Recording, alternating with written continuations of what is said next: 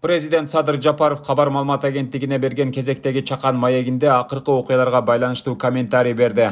Саламатсызбы, урматтуу Садыр Нуркожоевич. 20дан ашык активисттер, саясатчылар камакка алынды. Арасында өкмөттүк эмес уюмдардын өкүлдөрү, Жогорку Кеңештин депутаты Адахан Мадумаровдун тарапкерлери бар экен. Алар акыркы убакта Кемпирабад суу сактагычына байланыштуу маселени көтөрүп жүрүшкөнү белгилүү. Камалгандардын массалык митингдерди уюштуруу, ар кандай акцияларга чыгуу пландары тууралуу аудио жазуулары интернетке тарады. Бирок күч түзүмдөрдүн акыркы аракеттерине, башкача айтканда, тинтүүгө, камакка алууга жеткирбей эле үй камагына чыгарып коюп, диалогко барып, ири отуруп түз кеңешүүгө болбойт беле. 2 жылдан бери баары менен ири отуруп түз кеңешип келе жатам. Быйыл жазда иш бөлмөмө 10дон ашуун бейөкмөт уюмдардын өкүлдөрүн кабыл алып, 3 саат бою пикир алыштым. Суроолоруна толук жооп бердим. Жакшы иштер жасалып жаткан экен деп ынангандай болуп кетишкен. Кемпирабад маселеси азыркыдай коомчулукка кеңири чыга электе эле. Бир катар депутаттардын, анын ичинде Адахан Мадумаровду да өкмөт үйүнө чакырып, аталган маселени ийне жибине чейин түшүндүрүп бергем. Жарым жыл мурда өзүн үйүмө конокко да чакырып, Адахан мырза, Кыргызстан бирөө эле, ынтымакташалы.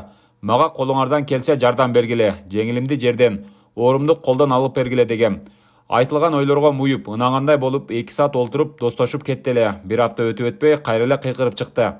Кыскасы менден кеткен жок. Баары менен диалогко барып атам.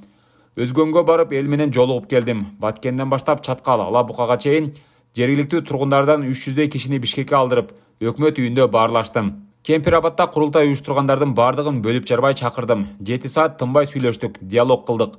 Түшүнүп эле кеткендей болушат. Анан мындай чыгып эле түз кетип жаткан иштерди бурмалаганга өтүп жатышпайбы?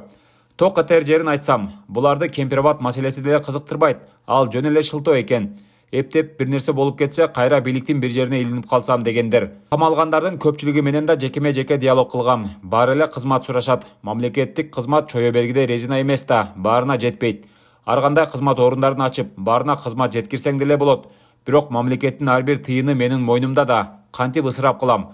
7 миллион элдин алдында ар бир тыйын үчүн жооп беришим керек. Коркок болсом, балким мурдагылардай 2013-жылдагыдай кылып, пайда батасы жок министрликтерди ача коюп, мына сага министр бол деп тынчытып койсом деле болмок. Бирок мен андайга барбайм. Анткени мен корккудай ууру кылган жокмун.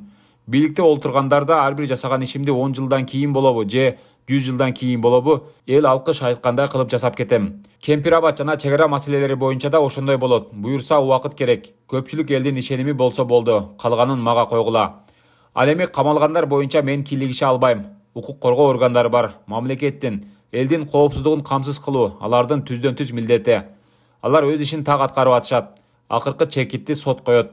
Ошондон кийин гана мага кайрылышса, ырайым берип, камактан чыгарууга укугум болот. Мыйзамдуу жолу ушундай.